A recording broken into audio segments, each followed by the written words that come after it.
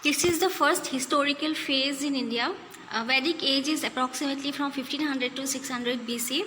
The earlier phase or the Rig Vedic phase is from around 1500 to 1000 BC, and the later Vedic age is from 1000 to 600 BC. This is the approximate time division of Vedic age.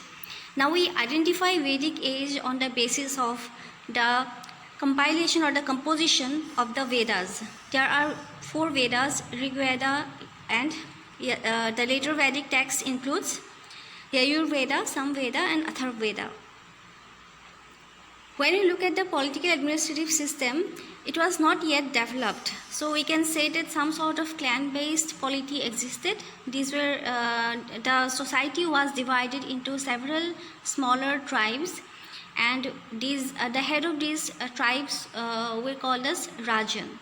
So we know about the division of the people on the basis of this clan-based system from the battle of 10 kings that has been mentioned in the Rig Veda. We also have reference of the concept called grama. Grama means a group of families. When it comes to the occupation, people were pastoralist and agriculturalist. So the main source of wealth was agricultural activities.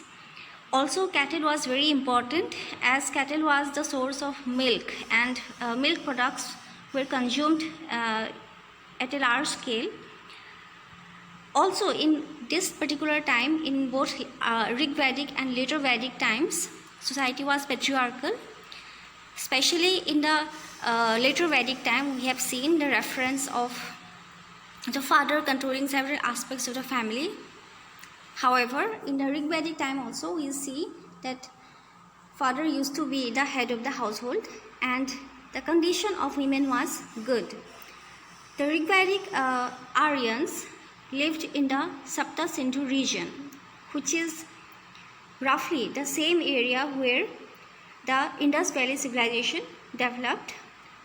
This is the Indus River and its tributaries, which spans across Afghanistan, Pakistan, and Punjab in northern India. In the later Vedic time, people started migrating towards the Gangetic region. So we see that in later Vedic time, the Vedic civilization spread towards the Ganga Valley.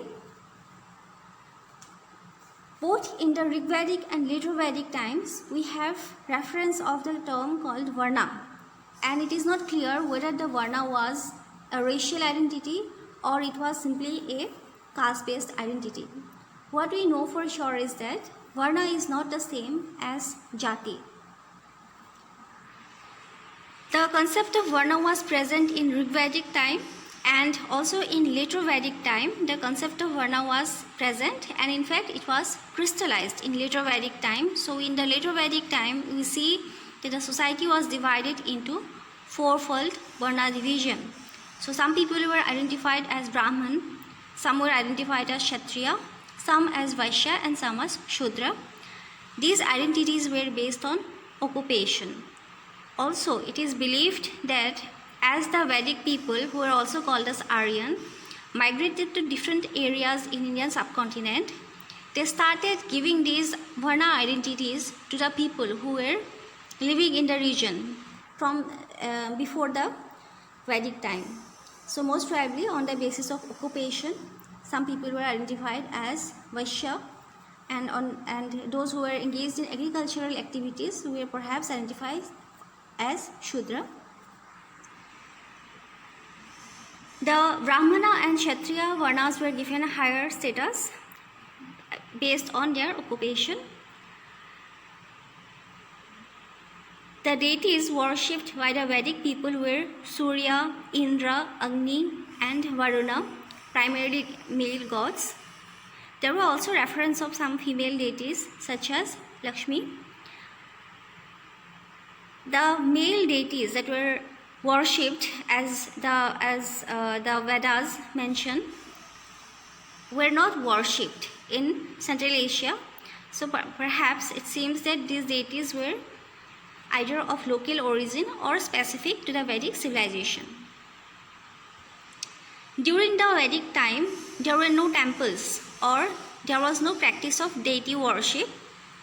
There were rituals in the form of yagnas. So we have reference of some yagnas such as Ashwamedha Yagna. These rituals were restricted to the two upper varnas, that is the Brahmins and Kshatriyas. They were allowed to follow these rituals. As Vedic beliefs spread to rest of India, more and more aboriginal deities were incorporated into the Vedic rituals. So we have evidence of some aboriginal deities such as Jagannath and Meenakshi were incorporated into Vedic religious beliefs, which eventually took the shape of Sanatana Dharma. So what we see for the Vedic age is that, one, it was an agricultural culture, so it was not exactly a civilization, it was an agricultural culture where we see extensive use of iron, so it is also known as Iron Age. We also see that the people were engaged in pastoralism, though animal husbandry was another occupation. Here we see that the religion was mostly in the form of some rituals, so some deities were worshipped, some yagnas were performed, and we also see that society was egalitarian despite the division, fourfold varna division that was crystallizing in the later Vedic times. Some suggested readings for this particular topic includes Exploring Early India by Ranabir Chakrabarti, Early India by D.N. Jha, A History of Ancient and Early Medieval India from the earliest of times up to 1200 AD by Upinder Singh, Aspects of Political Ideas and Institutions by R.S. Sharma, another book by R.S. Sharma named Perspectives in Social and Economic History of Early India, Penguin History of Early India from the Origins to 1300 by Romila Thapar. So these are some of the suggested readings for this particular topic.